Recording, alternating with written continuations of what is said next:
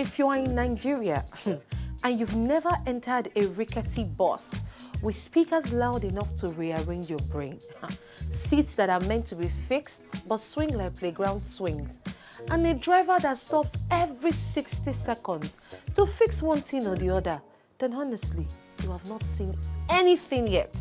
You might want to step back. Now, but for those of us who still take the bus, there is update, yo.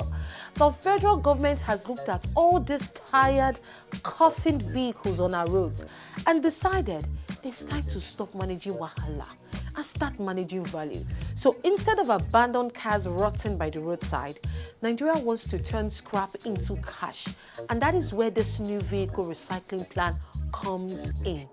But first of all, my name is Margaret Osazwa, and this is So This Happened. Here we unpack all the interesting, weird, and wildly weird things the internet couldn't stop talking about this week. Now, let's keep the small talk and jump right into the juicy stuff. Where was I? Yes, the federal government is planning a big shakeup in Nigeria's auto industry, and it could bring in over 150 billion naira every year from 2026. Now, the idea is pretty simple. Instead of letting old, broken down vehicles rot by the roadside, Nigeria wants to officially recycle them and make money from it. Now, the plan was revealed by the National Automotive Design and Development Council, NADDC. Now, according to its Director General, Joseph Osinaki, the government has approved a new end-of-life vehicle program, basically a system for dealing with cars when they are no longer useful.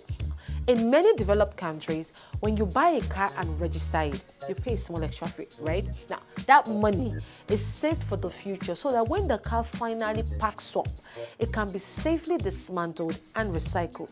Now, if you register a car today, for instance, and pay, let's say, 10,000 naira extra, that money helps cover what happens to the car 10 or 15 years later when it's no longer roadworthy. Now, instead of abandoning it somewhere, it gets properly taken apart and reused. Now, Osanabi admitted people may complain at first. I mean, why should I pay more? But the payoff is huge. Studies show that over 85% of parts from old vehicles can still be reused or recycled.